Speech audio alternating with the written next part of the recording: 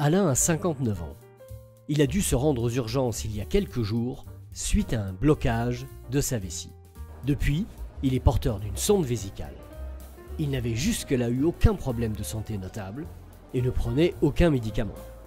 Il ressentait juste depuis quelques mois un peu plus de difficulté à vider sa vessie. Il se levait par ailleurs 2 fois la nuit pour uriner. Cette gêne n'étant pas majeure et bien supportée au quotidien, il n'avait pas consulté. Il y a quelques jours, il s'est subitement retrouvé en incapacité totale d'uriner pendant plusieurs heures et a dû se rendre aux urgences en fin de journée pour évacuer les urines, car la douleur était insupportable. Une sonde vésicale lui a été mise en place par les voies naturelles et elle lui occasionne par moments des brûlures et quelques douleurs, mais cette dernière doit être laissée en place pour quelques jours jusqu'à une tentative de retrait de la sonde par le médecin. Eric, 66 ans, a lui aussi eu besoin de la pose d'une sonde vésicale. Il était depuis des années soigné par médicaments pour une hypertrophie bénigne de prostate qui rendait ses mictions difficiles. La puissance du jet urinaire était constamment diminuée, ce malgré les médicaments, et la situation s'était dégradée ces derniers mois. Ce soir-là, la vessie était plutôt remplie, et il n'a pas réussi à la vider. Devant ce blocage, il s'est alors rendu aux urgences pour la pose de la sonde vésicale.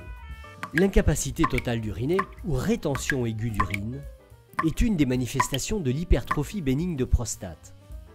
Pathologie pour laquelle il existe aujourd'hui un traitement mini-invasif, efficace et bien toléré. L'adénome de prostate, encore appelé hypertrophie ou hyperplasie bénigne de prostate, peut occasionner un ensemble de symptômes qu'on appelle les symptômes du bas appareil urinaire. Alors qu'est-ce qu'un adénome?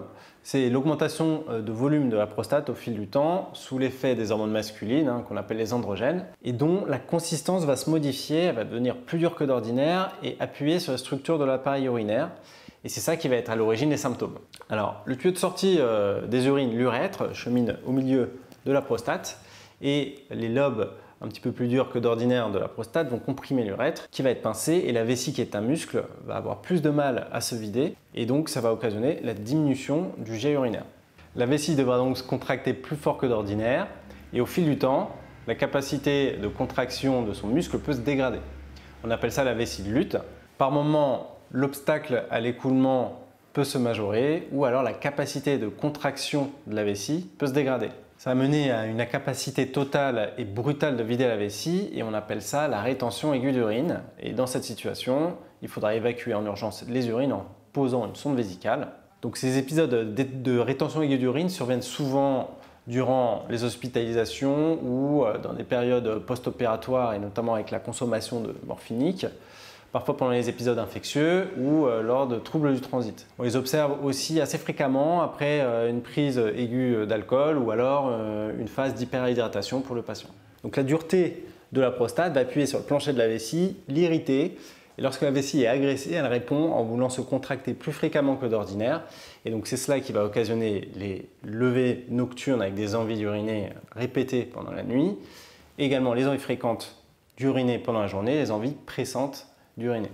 Au décours de l'épisode de la rétention et de la pose de la sonde vésicale en urgence, on va débuter un traitement médicamenteux par alpha-bloquant pour faciliter la reprise des mictions. Alors bien sûr, si un patient prend déjà des alpha-bloquants au quotidien, on va plutôt changer la classe médicamenteuse pour une classe plus puissante et on va ensuite procéder à la tentative de retrait de sonde 48 heures après, le temps que le corps s'imprègne du médicament. Dans ces situations, environ 2/3 des patients réussissent à reprendre spontanément leur miction après le retrait de la sonde. Et pour un tiers des patients chez qui ça ne reprend pas, on est contraint de reposer une sonde et il faut dans ces cas-là proposer au patient une intervention pour lever l'obstacle qui est lié à l'adénome de la prostate qui est encore en place. Parmi les interventions possibles, l'embolisation est une intervention mini-invasive qui est une alternative aux traitements chirurgicaux de résection pour traiter les situations de rétention aiguë d'urine liées à un adénome de prostate.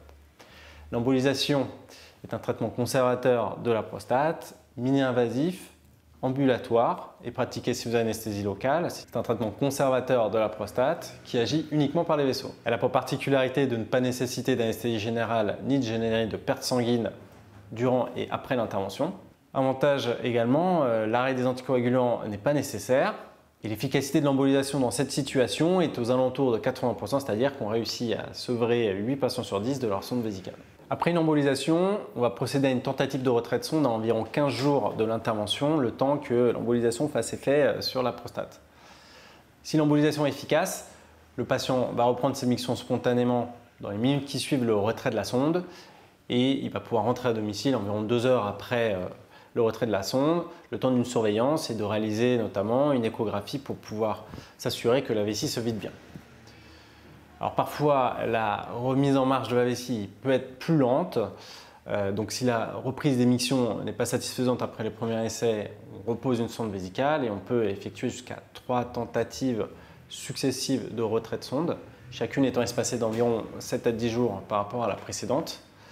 Et si le patient ne reprend toujours pas ses mictions après 3 tentatives d'essai de retrait de sonde, il faudra alors considérer que l'embolisation n'a pas été suffisamment efficace.